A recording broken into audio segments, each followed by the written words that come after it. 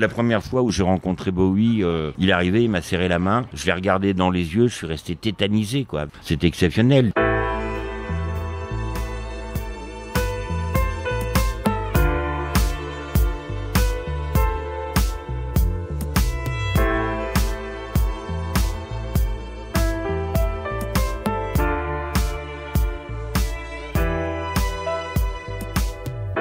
Parlons plus bas. Podcast réalisé et présenté par Anthony Chenu.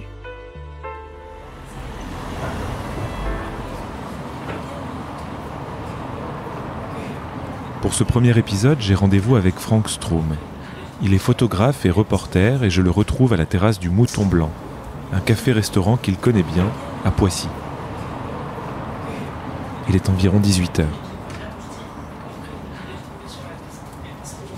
Les cafés, c'est un lieu de vie exceptionnel. C'est là où on a la plus grande mixité, à la fois sociale, pour tout. Les cafés, j'ai appris mon métier dans la presse pour avoir l'info. À 7h du matin, on allait prendre notre petit café, et c'est vrai que on découvrait les unes de journaux, les petits trucs, mais surtout tout ce que les gens pouvaient dire et raconter de ce qui pouvait se passer dans le bourg, entre guillemets, parce que j'ai eu la chance de bosser en province aussi, et pour de la presse à la fois des quotidiens, des hebdos, de la presse régionale, enfin tout ce qu'ils appelaient la PQR, et la presse locale aussi. Et c'est vrai que dans les cafés, y a de la vie, il y a une véritable vie et une véritable mixité sociale. Donc je précise qu'on s'est rencontrés pour un autre projet, donc c'est la raison pour laquelle on se tutoie. Avant de nous plonger dans ton long parcours de photographe, je voulais revenir sur tes origines. Comment tu définirais le milieu dans lequel tu es né et où tu as grandi ? Je suis né à Poissy. J'ai grandi à Poissy. J'espère mourir à Poissy parce que ça fait partie des choses. On peut pas parler de la vie si on parle pas de la mort. Et donc, quelle image tu gardes de ton enfance ? Est-ce qu'il y a des images comme ça qui te reviennent si on évoque ton enfance ? Bien sûr, on peut pas dire qu'on a eu une enfance malheureuse, c'est clair. Et ce qui était absolument génial, c'est que j'ai eu la chance, enfin la vie m'a donné la chance de pouvoir maintenant revivre dans l'appartement dans lequel je suis arrivé j'avais l'âge de 3 ans, en 1963. Donc voilà, la vie a fait, ma maman est décédée, mes parents étaient divorcés, etc. C'est toujours resté au Clos d'Arcy, qui était un quartier sympa de Poissy et fils unique. Ce qui m'ennuyait un peu, c'est que j'avais pas de copains pour jouer, de frères ou de choses comme ça, parce qu'on est une toute petite famille, mais assez bûcheur. Mais je voulais tout de suite, enfin très très jeune, dès la 4e, 3e, je voulais être reporter photographe, justement. Et qu'est-ce qui t'a amené vers ce métier alors ? La photographie, c'est une chose, et surtout, je trouvais ça exceptionnel de pouvoir partager et ses émotions et des instants et des moments de vie, de les immortaliser et de les faire partager à un grand nombre. Et notamment, ce que j'aimais, c'était ni la mode, ni des spécificités photographiques, mais la presse. Donc, t'as commencé très jeune à faire de la photo ? Oui, j'ai commencé, j'avais 16 ans. Pour la presse locale ? Je me promenais avec un appareil photo, et quand il y avait quelque chose qui se passait, je photographiais. Après, j'appelais la DDE pour savoir ce qui s'y passait, etc. Et ensuite, j'arrivais directement au journal, leur demander si ça les intéressait ou pas. Et j'ai réussi comme ça, dès le début de ma période professionnelle, enfin entre guillemets, j'étais plus qu'amateur, mais c'est vrai que tout de suite, j'ai eu la chance de rencontrer un grand monsieur de la presse qui était Pierre Baille, qui à l'époque était rédacteur en chef et qui avait monté le journal La Liberté de la Vallée de la Seine. Et tu te souviens de tes premiers sujets photographiés ? Les premiers sujets que j'ai pu photographier, c'était la neige au parc Messonnier, la Seine, voilà. Des petits trucs un peu de paysage, mais ensuite il y a eu le début des manifestations et tout à Paris, donc je voulais m'y frotter un peu, je voulais voir un peu comment ça se passait, et puis j'ai vu comment ça se passait, et puis je suis tombé complètement accro. Moi je voulais savoir comment tu étais passé de cette fonction de photographe d'actualité ou de reportage à la fonction de photographe d'artiste. Le hasard des rencontres, etc. Dans les agences de presse, j'ai dit, mais si, vous allez avoir besoin de moi. Qu'est-ce que les autres, ils font pas? J'y vais. Et je suis rentré dans ma première agence de presse comme ça. En 82, en sortant du service militaire, je rêvais tellement de faire mon service militaire. Je n'aimais pas l'armée, ni de faire mon service militaire. Mais je voulais rentrer au service cinématographique de l'armée. Et ça s'est pas fait. Je me suis retrouvé dans l'Est. Quand je suis rentré, c'est vrai que ça m'a redonné aussi de la niaque pour vraiment aller à France Soir, d'aller à l'AFP, télé, d'aller à Society de Presse, j'allais faire un reportage d'une manif ou quoi ou qu'est-ce. Et puis j'ai eu la chance, pareil, que ce soit même chez François avec les anciens directeurs des services photos, c'est des mecs qui me voyaient à 18 ans comme ça avec mon boîtier, arrivé d'une manif avec pas trop d'argent parce que pas salarié ni rien de tout ça au début. Et ils me développaient mes films. Et puis une fois que le film était développé, ils me redonnaient 2 péloches ou 3 péloches. Tiens, et puis t'oublies pas de venir, on passe en premier, hein. Et puis je disais ouais, tu fais. Et puis t'as tes premières publications, voilà, ça s'est passé comme ça. Et pour les agences de presse, c'est pareil. Et je suis tombé sur une agence de presse qui s'appelait Stills, spécialisée au niveau du rock et du people. Et je me suis retrouvé dans une agence de presse où les mecs qui faisaient, les quelques photographes, on était 4 photographes. Et j'ai été chercher ma place, j'allais traîner les plateaux de télé et tout ça pour pouvoir faire une bonne série d'images, pour faire une émission de télé. C'est là que ton travail va prendre un virage et tu vas ouvrir une deuxième période dans ton travail de photographe autour des artistes. On va en parler longuement à la suite. Est-ce que tu te souviens de d'une première séance avec un artiste ? Oui. C'était Karim Cassel qui chantait Banlieue. Et c'était pour une émission, pour un clip ? Ouais, c'était pour une émission. Et mon premier plateau de télé, j'ai fait Karim Cassel qui chantait Banlieue et qui était une chanson qui montait à l'époque. C'était une fois de plus encore un coup du hasard parce que je me suis reconnu complètement dans cette banlieue qui chantait, qu'il avait écrit, qu'il avait mis en mélodie et c'était voilà. On le voit dans tes photos, dans la collection impressionnante de tes photos, tu as partagé un peu de l'intimité de ces artistes qui ont marqué notamment l'histoire du rock. Je pense à des photos qui ont été prises dans les loges, en sortie de scène, en concert. Enfin, j'en ai vu des tas, Depeche Mode, The Cure, Prince, Bowie. Est-ce que comment tu vivais ces moments-là ? Pas comme un fan, c'est clair, parce que j'étais fan d'aucun. J'avais beaucoup de respect pour leur travail, j'aimais bien, etc. Mais il y avait quand même beaucoup de groupies et de fans autour d'eux. Ça, c'est une chose. Mais j'ai jamais vécu comme des fans et j'étais très très attentif aussi à montrer mon travail. Et quand on a la chance d'être en agence de presse, à l'époque, vous aviez des vendeurs qui tournaient dans les magazines en fonction des bouclages des magazines, si c'était des mensuels, des hebdos, des quotidiens, etc. Et de pouvoir gagner leur confiance. C'est un échange et une image, qu'est-ce que c'est d'autre que l'échange avec l'autre, des sensibilités et tout. Et quand je vais parler de sensibilité, ça revient directement à la lumière, donc être attentif à ce que les gens soient beaux. C'est que des notions de respect après. Jamais j'ai sorti une photo où t'avais les yeux fermés, ou en train de crier, ou une mauvaise attitude, ou une mauvaise expression. Je courais pas du tout. Alors ça existait pas encore, mais des magazines comme Gala et toutes ces choses-là. Il y avait France Dimanche, ici Paris, il y avait toute cette presse entre guillemets un peu plus people et paparazzi. Ça m'intéressait pas du tout. Moi, je préférais justement avoir certaines exclusivités, je les demandais pas mais on me les offrait, et surtout de rester très clean et égal à moi-même et à mes convictions et à ce que je voulais et par rapport à eux. Donc même politiquement, c'est-à-dire que je me souviens que la première fois parce que l'agence m'a envoyé faire des trucs, on m'a envoyé faire sur la statue de Jeanne d'Arc, le Front National à l'époque c'était Jean-Marie Le Pen. Bon, je suis arrivé quand j'ai vu tous les fachos et tout ça, j'ai fait une photo au 28 mm où on voit rien et je suis rentré à l'agence, j'ai dit c'est pas pour moi. Sur les icônes rock, est-ce que tu as vécu des moments forts avec eux ? Tu peux nous en parler un peu ? La première fois où j'ai rencontré Bowie, il est arrivé, il m'a serré la main, je l'ai regardé dans les yeux, je suis resté tétanisé avec ses yeux voirons et tout, et c'était exceptionnel, des Cyndi Lauper, des Nina Hagen, les Clash, Joe Strummer et tout ça. Je veux dire, c'est vrai que tout ça, c'est des noms. Il y a eu des rencontres exceptionnelles avec des Alpha Blondy. Tu citais tout à l'heure des artistes français, donc au-delà du groupe de rock, tu as réalisé de nombreuses séances photos avec des artistes de la chanson française, Bachung, Hardy, Gainsbourg, Gall, Berger, et j'en passe, et des meilleurs, avec lesquels tu as pris le plus de plaisir à travailler ? Tous, parce que ça a toujours été un plaisir de travailler. Maintenant, il y avait des affinités. Et vous pouvez pas, quand je parle d'affinité, j'ai travaillé avec Julien Clerc, notamment quand il a préparé Bercy. C'était le premier chanteur français qui faisait Bercy. Je suis allé en Angleterre sur les répétitions avec les musiciens anglais. J'ai fait toute la tournée en Afrique pour roder le spectacle. Donc c'était à chaque fois, on partait sur 2 ans, 3 ans, et c'était dans l'état d'esprit dans lequel je concevais et je voulais faire de la photo, dans cet esprit Rafo, Magnum, et surtout Magnum, de pas faire clic-clac avec les gens, mais justement de raconter une histoire avec eux. Est-ce que t'as pu observer des points communs entre toutes ? Qu'est-ce qui fait finalement une star pour un photographe ? Son engagement, les engagements et les convictions, et que tu restes réglo parce que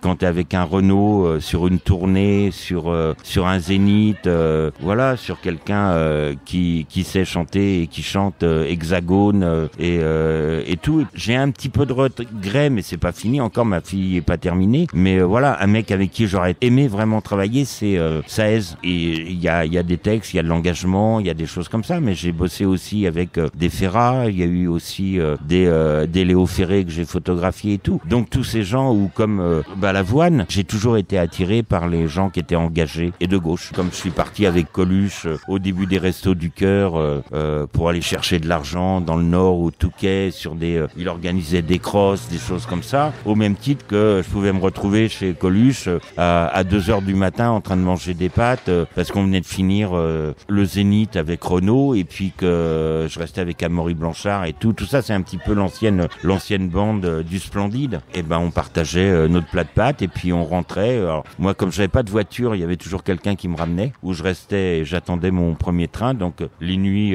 étaient quand même très courtes. C'était très bien, comme il y a eu Renaud et comme beaucoup sont venus ici. Je sais que pour le deuxième Zénith de Renaud, j'avais deux musiciens de Renaud qui vivaient à la maison.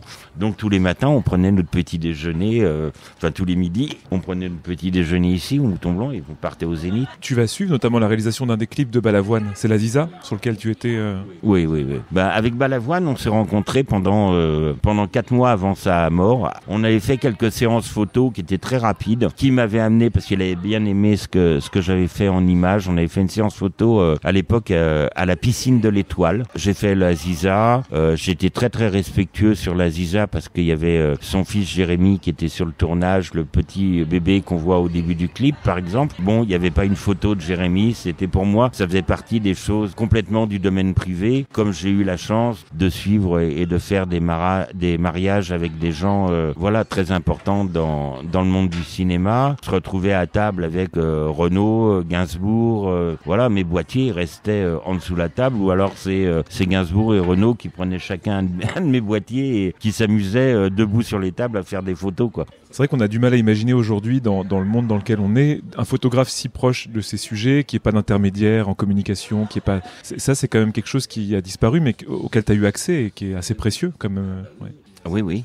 Ah bah oui. C'est ce qui fait la richesse de toutes mes rencontres et tout. Quand je dis que j'ai eu 5 ans de vie, c'est pas anodin quoi, parce que à chaque fois ça a été des coups de cœur, des belles histoires d'amour, vraiment ou pas. Mais dans ce cas-là, tu restes pas autant de temps avec les gens quoi. Et puis j'ai eu la chance de travailler qu'avec les gens que j'avais envie de travailler et que j'aimais. C'est tellement important une image. Tu peux pas faire de belles images de personnes que tu n'aimes pas. Voilà, tu peux pas revenir avec une belle séance photo de ceci ou de cela si tu aimes pas la personne. Mais c'est vrai que j'ai toujours fait attention de faire le maximum pour les aimer et j'allais parce que je les aimais. J'aimais ce qu'ils faisaient, j'aimais leur comportement, leurs interviews, tout. Et la presse était complètement différente aussi. Et comment tu vivais dans ce milieu de photographe ? Est-ce que tu as été confronté à des difficultés ? Quel était ton rapport avec tes confrères, avec comme disait Bachung, pas de contact avec l'ordinaire.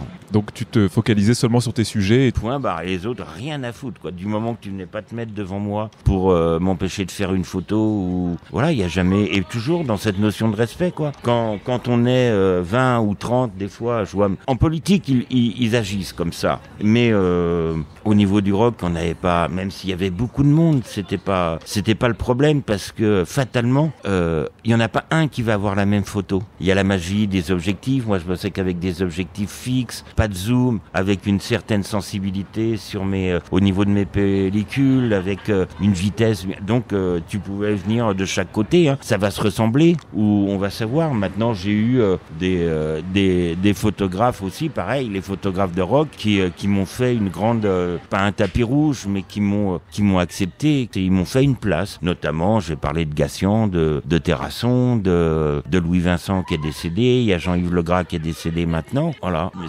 ça s'est toujours très très bien passé. Et puis il y avait toujours un photographe d'agence comme Bertrand Allary par exemple qui a monté une agence maintenant où il est quand même très spécialisé au niveau du hard rock. Il a fait encore un très beau bouquin. Ils ont tous fait des bouquins de l'édition, mais c'était magique. Et à l'époque, il faisait 2-3 photos et il nous les envoyait. Et c'est comme ça qu'on se retrouve, que je me retrouve avec des photos avec Gassian et Pierre Terrasson ou sur des tournages avec les Cure ou où on est en photo. en train de bosser, mais voilà. Et ça, c'était magique. C'est des moments aussi où quand on partait sur une tournée en Hollande ou quelque chose comme ça, on partageait la bagnole, les frais, et puis on rentrait. Tu te souviens de ta première une? C'était sur du fait divers, dans le coin d'ailleurs, à Chanteloup-les-Vignes. Et à l'époque, je travaillais pour un journal qui s'appelait Paris-Poissy, qui était un quotidien. Et je suis arrivé, il y avait eu un très grave incendie à Chanteloup-les-Vignes, et ça devait être en 79 ou en 78. Et je suis rentré avec les pompiers directement, qui étaient avec les trucs et tout. On me disait non, faut pas y aller. Et puis j'écoutais rien en fait, parce que quand j'ai mon boîtier, même quand c'était les manifs, que ce soit à Jussieu ou des trucs quand ça cognait, en fait je vois et je vis à travers mon objectif. Et comme je travaillais avec des grands angles, si tu veux être dans l'action, t'es obligé de te rapprocher. J'avais pas de zoom, de rien, parce que l'image, elle doit être vécue, tu dois la vivre pour la sentir et aller au mieux la partager. Il faut que la personne qui est là, elle ait l'impression que c'est elle qui est à ta place, quoi. Et voilà, ma première une, c'était avec ça. Et ce qui a été, j'avais fait une photo du chien qui était carbonisé dans l'appartement et tout, de façon très pudique, parce que j'ai aussi toujours été très respectueux des morts. Ensuite, donc, il y a eu ça, il y a eu, quand il y avait eu l'accident sur l'autoroute A13, un très gros accident, un carambolage, où il y avait eu plein de voitures qui s'étaient encastrées les unes dans les autres. Et là, c'était la première fois de ma vie où j'avais des motards du Figaro, etc., qui venaient chercher mes bobines sur l'autoroute pour ramener ça aux rédactions, parce que comme il n'y avait pas Internet ni rien, donc les journalistes, ils écrivaient, ils prenaient leurs trucs, ils rentraient à la rédaction, ils tapaient. Et puis pendant cela, les photos étaient développées en fonction des services photos, etc. Et puis nous, des photographes, t'avais des petits trucs pour que ça sèche très vite, pour tu mettais plus tes films ou tes tirages dans le bain d'arrêt, tu les laissais monter dans les noirs très profonds. Mais voilà, ça a été des publications au début qui étaient importantes pour moi au niveau du news. Sur des manifestations à Paris, je faisais ma tournée entre l'AFP et puis Associated Press, mais il se trouve qu'ils avaient passé des accords, donc Associated Press ne prenait plus les reportages qui étaient faits par franco-français, et puis vice-versa. À l'époque, j'étais payé 70 centimes la ligne et 7 francs la photo. Mais j'étais propriétaire de mes images. On a parlé musique. Si on parle cinéma aussi, tu as été présent sur de nombreux tournages de films. Je pense aux films de Wim Wenders, etc. Au point de créer même une relation particulière avec un grand chef opérateur du cinéma. Tu peux nous en parler? C'était ma rencontre avec Henri Alcan, quoi. C'est un don du ciel. Si on peut, voilà, je veux dire, on dit qu'il y a que les montagnes qui se rencontrent pas, et si, parce que il a fait l'honneur de bosser avec moi. Le seul photographe avec qui il avait travaillé il y a des années, c'était Corbeau, c'était Douaneau, avec qui il a fait un bouquin, et puis moi. Donc voilà, c'est bien, je me trouve très bien. J'étais je suis tellement heureux de cette rencontre. Et il m'a fait de très beaux cadeaux. Quand je suis parti en Bosnie, j'avais fait un reportage qui a duré pendant 4 ans sur lui. En fait, donc je l'ai accompagné sur des festivals à lui, il a des festivals qui portent son nom. C'est quelqu'un qui est internationalement reconnu, qui est un des rares chefs opérateurs et directeurs photo, et ça a été un truc magique, ma rencontre avec lui. Et notre rencontre a été très très très bizarre. C'est que il venait de recevoir la médaille au niveau des arts et lettres. Alors je sais pas si c'est plus que peut-être commandeur ou j'en sais rien. Et puis il avait fait ça, et puis il y avait les agents qui étaient là, qui causaient et tout ça. Puis nous on a commencé à discuter, et on a discuté. On a été très vite à l'essentiel. Il m'a dit mais tu viens d'où? J'ai dit moi j'habite à Poissy. Il me dit c'est pas vrai. Je lui dis si, pourquoi? Il me dit tu sais que à la fin de la guerre, mon premier reportage avec la caméra et le premier truc que j'ai fait en documentaire, c'était les usines Ford à Poissy. Et donc il connaissait Poissy, les usines Ford, etc. Puis je l'ai accompagné à Berlin sur Si loin si proche, qui était le film avec Wenders, parce que Wenders avait une dévotion, enfin si on peut appeler ça comme ça, sur Henri Alcan, parce qu'à chaque fois que Alcan lui a fait sa lumière, il est rentré avec un prix spécial du jury, enfin une palme de Cannes ou d'ailleurs. Et donc Wim Wenders, voilà, je veux dire, voulait du Alcan partout. Aussitôt qu'il préparait quelque chose, fallait qu'il y ait Alcan qui vienne. Et donc il y a tout ce travail sur les plateaux de cinéma que tu vas beaucoup couvrir. Tu as des photos magnifiques de tournage de films, on voit tous les métiers qui sont à l'œuvre, les coulisses en fait du tournage de certains films très célèbres. On pourra pas tous les citer là. Non, mais pour moi c'était ce qu'il y avait de plus intéressant, quoi. Je veux dire, parce que l'image elle est là pour raconter la vie. vie. T'es là pour immortaliser une lumière, pour raconter la vie, pour sans fioriture, sans leurre, sans rien, quoi. Pour moi, oui, c'était important de ne pas faire que les photos de plateau comme ça se fait, mais bon, ça se faisait beaucoup parce que ils affichaient les photos à l'entrée des cinémas. C'était un vrai métier, photographe de plateau. Il y en a encore quelques-uns, mais et avec Alcan, donc on a discuté de Poissy et il m'a dit, tu veux faire des photos, toi? Et je lui dis, honnêtement, voilà, ça faisait 1 heure qu'on devait discuter tous les deux, on s'était mis vraiment, et ils sont venus, bon, on fait les photos, et puis Henri, il a dit comme ça, non, avec Franck, on vous occupez plus de nous, on va en faire des photos, vous inquiétez pas. Et il m'a dit, tu les laisses partir et tout, et puis la semaine prochaine, je t'appelle. Et tu viens me rejoindre en province, là-bas, à Parly, exactement, qui était son petit havre de paix, où il donnait aussi des cours pour les gens de l'IDEC, voilà, parce que la FEMIS n'existait pas encore, et comme il a été un des créateurs de l'IDEC, plus de ça, voilà, c'est quelqu'un avec qui j'ai eu beaucoup d'affinités, et quant à l'image, et quant à ses engagements, parce que c'est quand même Alcan, c'est quand même la bataille du rail, c'est un monsieur qui a traversé dans la résistance, enfin, qui était communiste, qui a été tout ce qu'on sait de la guerre, donc voilà. T'as appris à ses côtés, c'est-à-dire que même au-delà de humainement, professionnellement, t'as aussi été... c'est quelqu'un, c'était pas une école et tout, parce que je l'ai rencontré, j'étais vieux quand même, enfin quand je dis vieux, en fait c'est un monsieur qui m'a appris à ne plus avoir peur de la lumière, à Berlin, et on était dans un hôtel, et puis il était avec sa femme, je lui dis, venez, enfin on sortait de l'ascenseur ou je sais pas quoi, et puis j'avais mes boîtiers, on allait à une soirée officielle, et j'y viens Henri et Nada, sa femme qui était elle script, et pareil, qui l'a suivi pendant toute sa vie, elle a eu aussi, elle, professionnellement, plein de bonnes choses, et il se pose, il se met, mais carrément entre, j'ai presque de dire un contre-jour, enfin, à côté d'une lampe et tout. Je dis, mais je suis à contre-jour, il me dit, ça ne sert à rien, les flashs, plus rien et tout. Il dit, laisse sentir ce que tu ressens dans ton cadre, et tu tapes. Et j'ai fait ma série de photos, puis voilà, enfin, j'ai fait 5-6 photos, et quand je suis rentré en France, et c'est une des photos que j'avais sélectionnées, parce que j'ai sélectionné une série d'images pour pouvoir monter une expo sur lui, enfin, c'était pas le but au départ, mais je voulais qu'il soit beau, enfin, qu'il soit mis à l'honneur, parce que c'était quand même quelqu'un de grand et d'important à mes yeux. Et donc, j'ai fait cette photo, et avec Nada.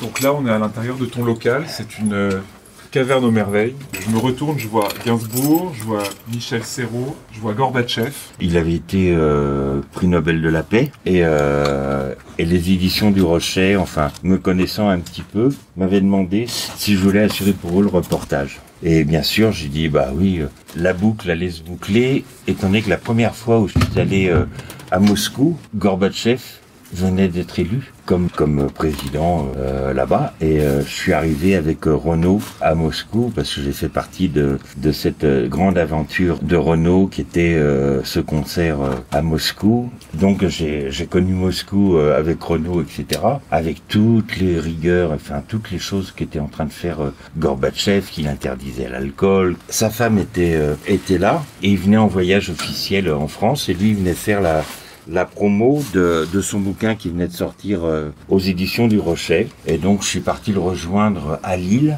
et ensuite à Paris avec l'éternel circuit, avec la Sorbonne, les conférences, enfin voilà. Et j'ai fait tout un sujet sur Gorbatchev, et puis c'était des moments exceptionnels. J'avais fait un truc à Lille d'ailleurs, dans le Grand Hôtel de Lille. J'avais une chambre là-bas aussi, et j'avais installé un studio de fortune avec les chaises empilées comme ça, des grands hôtels, et sur lequel j'avais mis des grandes tentures, enfin des grands rideaux, et j'avais recouvert mes chaises avec ça. J'avais mon matériel de studio, que j'avais deux gros flash Balcar, et j'ai tapé une série d'images de Gorbatchev en studio comme ça, que j'avais appelé les fantômes du pouvoir. Ensuite à Paris, il m'a dédicacé sa photo que moi j'avais fait et tout. J'ai trouvé ça génial. Là, je me retourne, je vois James Brown, Ouais. je vois Michel Berger, Ouais. je vois France Gall, Ouais. Jane Birkin. Ouais. Alors le problème c'est que je me souviens pas de toutes mes images, mais il suffit que je vois une image et je me souviens où c'était, quand c'était, qu'est-ce qui se passait. Là, je vois Belmondo, je vois Ouais. Jean Marais, Ah bah oui, ça c'était des... Pierre Richard. Ouais, des choses... De Vos, ça a été exceptionnel. Ouais. Raymond De Vos,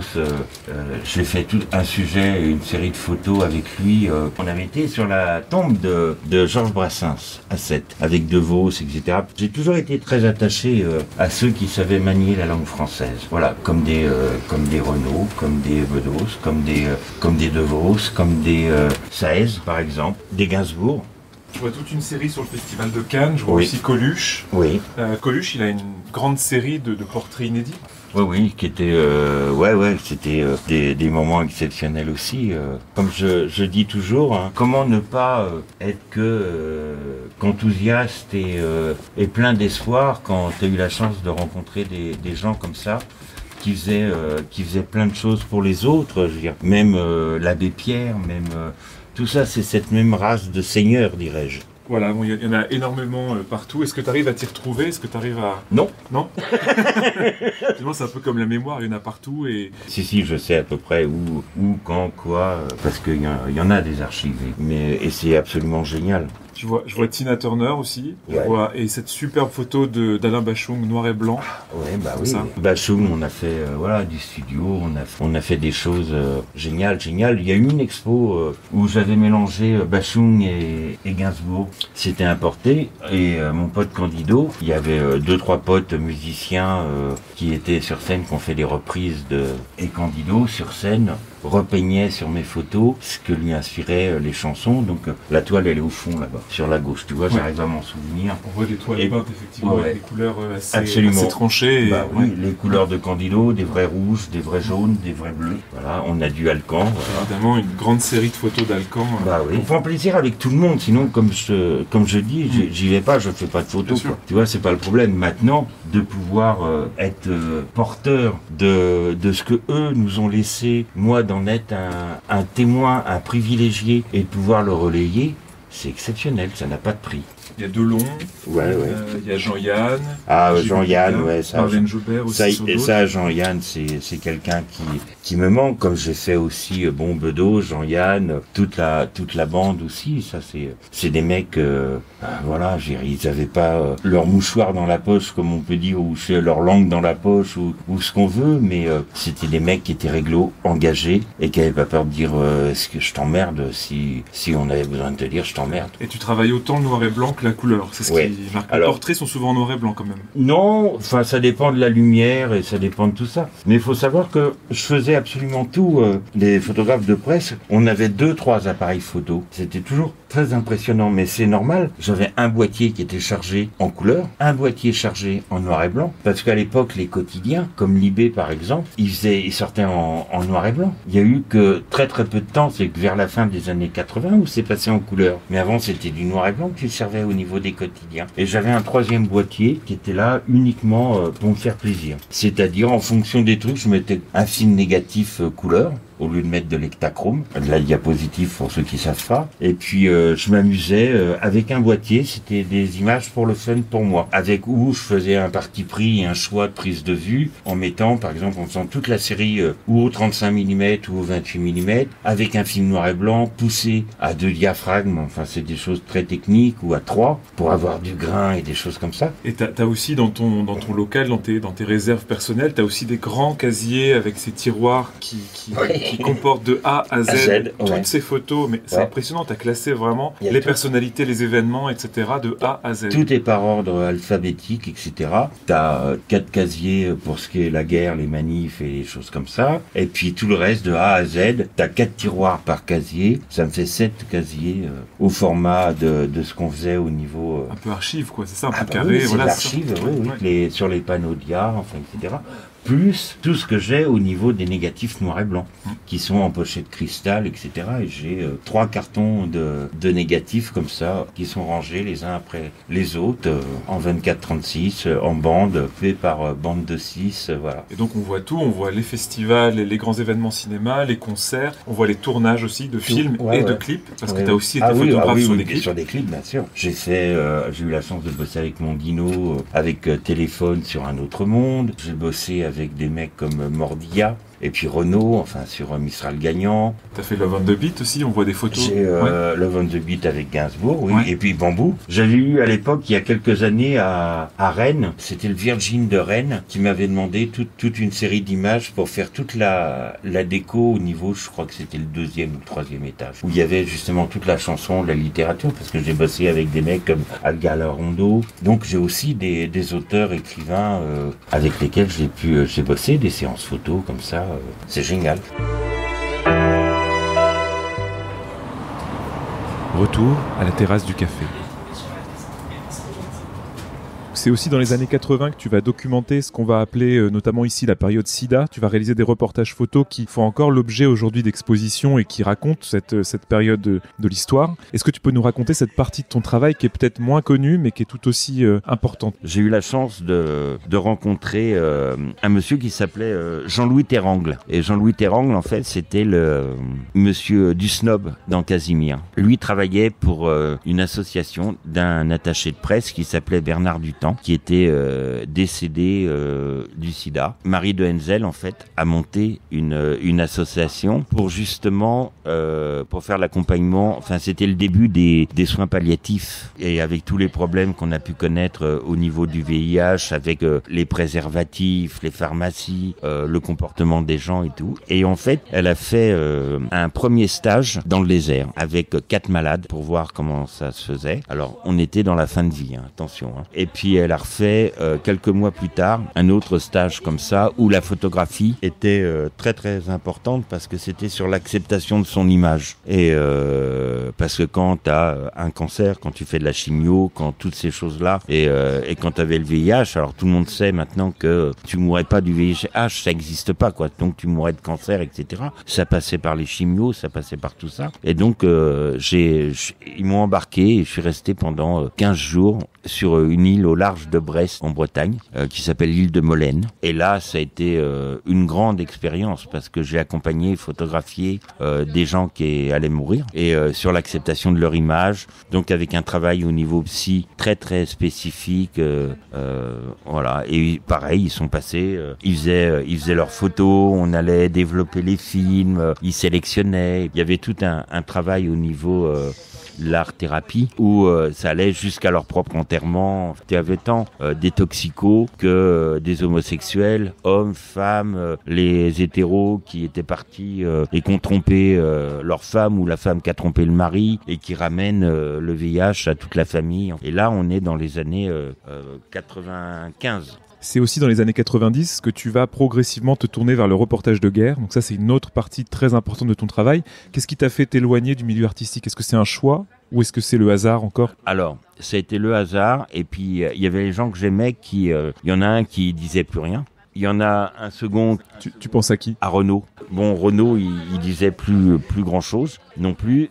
Gainsbourg... bon, il est décédé. J'avais bossé avec Balavoine qui était quand même très très engagé sur la Ziza et tout. Et l'histoire est venue vraiment entre Balavoine et Renaud. Renaud, on avait une conversation justement à l'Olympia pour une soirée qui était en hommage à Daniel Balavoine. Et Balavoine m'avait toujours dit, utilise tes boîtiers pas comme une arme, mais voilà, tu sais les servir. T'as tout ce côté sensibilité avec les gens. Tu passes, t'as le respect. Voilà, c'est ça ton arme. Parce que j'ai toujours été frustré, par exemple, de pas savoir jouer d'instruments de musique. T'aurais aimé être musicien? Ah oui. Mais après j'ai tellement honte, je dis mais je peux pas, comment je pourrais prétendre jouer au piano, au clavier, etc. Quand tu pars en tournée, que tu partages ton appartement et des choses avec des gens comme Matt Clifford, qui a fait 2 albums avec Mick Jagger, qui a été le chef d'orchestre des Stones après, je veux dire, bah oui, bah non, t'oses pas dire attendez, je prends une guitare et je vais jouer, quoi. C'est pas possible, quoi. Et si j'avais une passion sur laquelle partir, c'était mes boîtiers et pas la musique. Donc t'es parti couvrir d'abord le siège de Sarajevo, puis un peu plus tard la guerre du Kosovo. Comment t'as envisagé ta place de photographe sur des terrains de guerre comme cela? C'est plus la même chose que de photographier un concert. C'est plus la même place. Ça a été très dur. J'ai appris à avoir froid, à avoir peur, à avoir faim, à avoir soif. J'ai appris des choses simples, très simples, mais qui sont vitales pour la vie. Et puis on apprend le respect aussi. Et la guerre, c'est quelque chose de terrible. Quand nous, on ne mesure pas ici quand on l'a pas connu. Non. Et je montre très très rarement mes images parce que je veux pas que ça serve je vais pas dire je veux pas en faire la gloriole des photos de guerre, quoi. On se fait pas un nom, une réputation et des choses sur des photos de guerre. Bien qu'il y a des grands reporters au niveau comme McCullin et tout ça, que je suis en admiration devant leur travail, ou des photographes qui ont eu des prix au niveau de la presse et les Pulitzer et tout ça. Je suis en admiration devant tous ces mecs-là. Mais je pense que moi je l'ai gardé pour moi aussi et je l'ai remis en épreuve. C'est des moments tellement durs, tellement horribles, avec parfois une telle humanité, parce que tu t'aperçois que t'es rien en fait. T'es là, t'es qu'un éphémère passager de la vie, quoi. T'es vivant et puis peut-être que 5 minutes après t'as sauté sur une mine. En Bosnie, je suis tombé sur des fermiers. Ils mettaient le terrain était miné et tout. Ils envoyaient dans certaines parcelles de terrain pour déminer les bêtes. Et voilà, enfin les choses étaient comme ça. T'apprends à partager. Puis j'ai surtout appris à avoir peur. Tu vivais dans un hôtel à ce moment-là avec la presse, non? Non. J'étais un vrai squatter. Je partais avec une carte bleue, mais il n'y avait pas grand-chose dessus. Mes billets d'avion faits, etc. Et donc en étant accrédité de défense et en ayant des reportages très très précis, j'ai eu la chance qu'on m'embarque en transal, qu'on me largue dans des trucs et des coins, et voilà. Et puis je courais, j'allais comme ça, mais j'étais pas. On dormait, par exemple au Liban, j'étais chez des gens qui m'avaient hébergé. Un de leurs enfants était à Paris, travaillait dans un magazine de rock libanais. Enfin voilà, donc on me connaissait aussi un petit peu par le rock. C'est comme ça que c'est arrivé tout doucement. Après, il y a les mecs des ONG aussi, tu les croises sur un truc et quelques années après, tu les retrouves sur un autre conflit. Ah, ça va et tout. Et puis voilà, quand je pouvais rendre service à certains d'ONG, rien qu'avec les téléphones satellites, par exemple, parce que t'as plus de communication, t'as rien. Donc ils étaient contents de pouvoir, avec un téléphone satellite, que j'allais négocier avec les commandants de droit, enfin, etc. en loose day. Tiens, il peut appeler, etc. Et tu réalisais des reportages d'actualité chaude ou plutôt des reportages de fond? Plutôt. J'ai essayé de travailler sur du fond parce que en fait j'étais parti avec une centaine de péloches. T'avais quelques photographes avec qui tu pouvais être ami, comme je disais, qui étaient entre autres Jean-Noël Kidu, qui était à l'époque chez Gamma, qui a fait partie des otages en Tchétchénie. C'est des mecs, on se connaissait de Paris, c'est toujours été très respectueux. Ils rentraient, je dis tiens, tu peux me ramener mes bobines, et ils ramenaient. Et dans quel état psychique et physique t'es rentré de ces conflits? Je suis toujours rentré pas terrible, c'est maintenant que je le paye. C'est quoi? C'est des souvenirs? C'est des sensations? C'est terrible, c'est ce qu'ils appellent maintenant, ils ont mis des noms, c'est ce qu'ils appellent des troubles post-traumatiques. C'est-à-dire ça peut être une couleur, une odeur, des bruits, n'importe quoi. Et là, ça a été très récent, entre autres avec la guerre en Ukraine et les Russes. Quand j'ai fait le Kosovo, j'ai fait une partie du sujet sur les enquêtes du tribunal pénal international. Comme en plus j'étais accrédité défense et j'ai rencontré un colonel exceptionnel, un peu fou, colonel du groupement blindé de gendarmerie, le GBGM. À Satori, il y avait les mecs du GIGN et lui il avait décidé tout bonnement à Mitrovica de réinstaurer l'état de paix. Donc les gendarmes en chemisette, pas de gilet pare-balles, rien. en chemisette et pas d'armes, pour justement essayer de réconcilier les Serbes et les Albanais. C'est un monsieur qui m'a donné aussi, pareil, des grandes leçons de ce que pouvait être la diplomatie, de l'acceptation, enfin, des autres. C'était terrible. Ils m'ont fait rentrer, par exemple, à Mitrovica, dans l'hôpital de Mitrovica. Je veux dire, il y a le chef de l'hôpital qui disait comme ça, mais vous oubliez que, non, on a soigné tant les Serbes que les Albanais et tout le monde, parce que c'était comme ça. T'arrivais dans les morgues, t'as les Serbes qui étaient encore, entassés, mais les Albanais ou ce qui n'était pas vraiment serbe, c'était dans le couloir, un peu au fond comme ça. Et on n'avait rien, hein, mais ils m'ont donné à manger des rations de combat pendant des jours quand ça cognait un peu trop. Ils cherchaient même pas à comprendre, hein, ils me mettaient un gilet pare-balles et un casque. Tu vivais comme eux, à la même distance que les événements. Ah oui, j'étais dedans, enfin, tu vois, mais vraiment. Et quand des fois ça allait pas trop, j'ai dormi dans des poulaillers, et puis voilà. Et puis après, quand j'étais malade, hop, on me récupérait, et puis on me disait, bah tiens, au moins là, tu vas être à l'abri, et puis ils s'occupaient de moi, ouais, parce qu'on laisse pas les gens comme ça crever. Et je les en remercie. Donc tu parlais tout à l'heure de toutes ces photos dont tu étais aujourd'hui le propriétaire, donc ça représente une collection très impressionnante de photos. Aujourd'hui, tu les publies dans des ouvrages, dans des expositions. Comment tu l'as fait vivre vraiment cette collection de photos? Il y a eu des expositions de fêtes, etc. Là, je trouvais un éditeur dans cet état d'esprit, comme ça se faisait. Il y a quand j'ai sorti le Balavoine, c'était dans une maison d'édition qui s'appelle les Éditions du Félin, qui étaient les ex-éditions Le Beau. Et c'est vrai que ça a été aussi un moment magique, parce que j'ai vu des gens qui étaient très attentionnés par rapport à mon travail, sur la mise en page, des contrats signés, carrés, enfin sur les droits d'auteur. Tu partais, tu signais, on te faisait un chèque pour continuer à travailler et tout. Je crois que ça n'existe plus du tout, mais je ne désespère pas. Je pense que il doit y avoir encore un peu de ça. Est-ce que tu fais encore de la photo aujourd'hui? Est-ce qu'il y a des sujets qui te donnent envie? J'ai commencé à travailler sur le cancer du sein chez l'homme ou chez la femme et tout, pour Octobre Rose. À un moment donné, voilà, là j'ai décroché, parce que voilà, j'ai photographié beaucoup de misère, et à un moment donné, voilà, je peux pas me soigner moi de troubles, de faire des stages d'hôpital, etc. Parce que j'ai voilà, la guerre, l'adrénaline et tout ça casse un peu aussi. Et donc moi, ça m'a cassé un peu le cœur. J'ai subi une opération à cœur ouvert, on m'a changé la horte. Voilà, c'était dû au stress, à l'adrénaline et tout.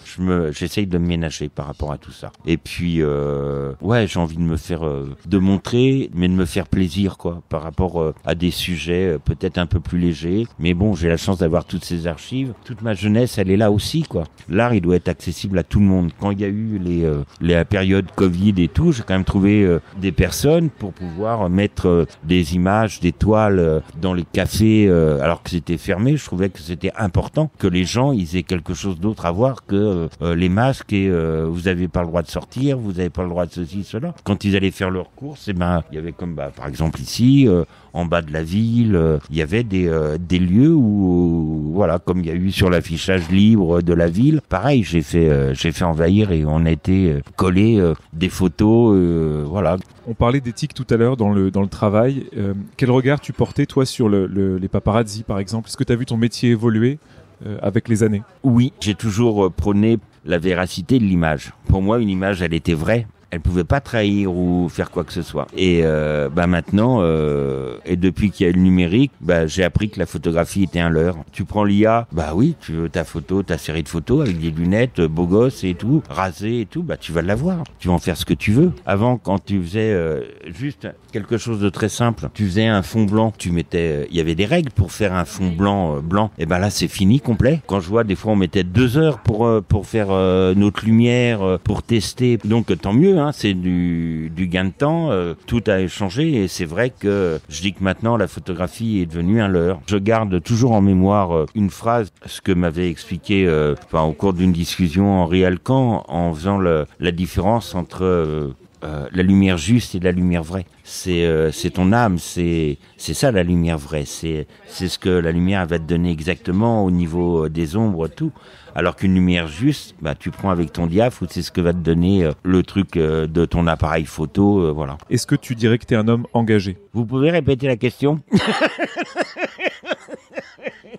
c'est pas à moi de le dire. Mais bien sûr, je pense qu'être un mec engagé par rapport, être en phase avec moi-même, par rapport à mes engagements, par rapport, je suis allé donner ma vie pour de l'image, pour les humains, pour arrêter les génocides, pour essayer de faire ce que je pouvais. Hein. Mais je me suis aperçu qu'avec un appareil photo, on faisait pas grand-chose. Hein. Est-ce que tu dirais que tu as connu des échecs dans ton parcours ? Oui, mais c'est important les échecs. C'est ce qui te fait évoluer, c'est ce qui te fait et ce qui te met à te reposer des questions sur ceci, ça te remet en cause, quoi. C'est pour ça que c'est très important l'échec. Tu te trompes de sensibilité, d'hasard, tu te trompes, voilà, par exemple sur un truc, tu te trompes de vitesse, tu te trompes de lumière, tu te trompes avec les gens, enfin bref, mais tout ça, ça fait partie des échecs et c'est ce qui te fait évoluer. C'est pour ça que c'est très important à la fois de reconnaître ses échecs et d'essayer d'en tirer le maximum de profit pour pouvoir évoluer. Pour toi, quelle est la plus belle et la pire des choses au monde ? L'homme. C'est avec les hommes que j'ai vu les pires atrocités, que eux ont fait. Et c'est avec les hommes que j'ai vu les plus belles choses. La dernière n'est pas une question, c'est le mot de la fin, et il est pour toi. Tu peux dire ce que tu veux aux auditeurs du podcast. Restez vous-même. Voilà, faut pas avoir peur de défendre ses opinions, quelles qu'elles soient, de savoir être en phase avec soi-même et avec les autres, et surtout de vivre en paix, parce que les hommes font tellement de dégâts avec la nature, avec tout. Hein. La nature et la terre, c'est elle qui a toujours commandé. Donc il y a pas de problème. Hein. C'est pas la terre qu'il faut protéger, c'est nous qu'il faut protéger. Vous venez d'écouter un épisode du podcast Parlons plus bas. Cette émission est disponible sur toutes les plateformes d'écoute. Réalisation Anthony Chenu. Voix off Justine Leroux. Pour échanger avec nous, rendez-vous sur le compte Instagram de l'émission.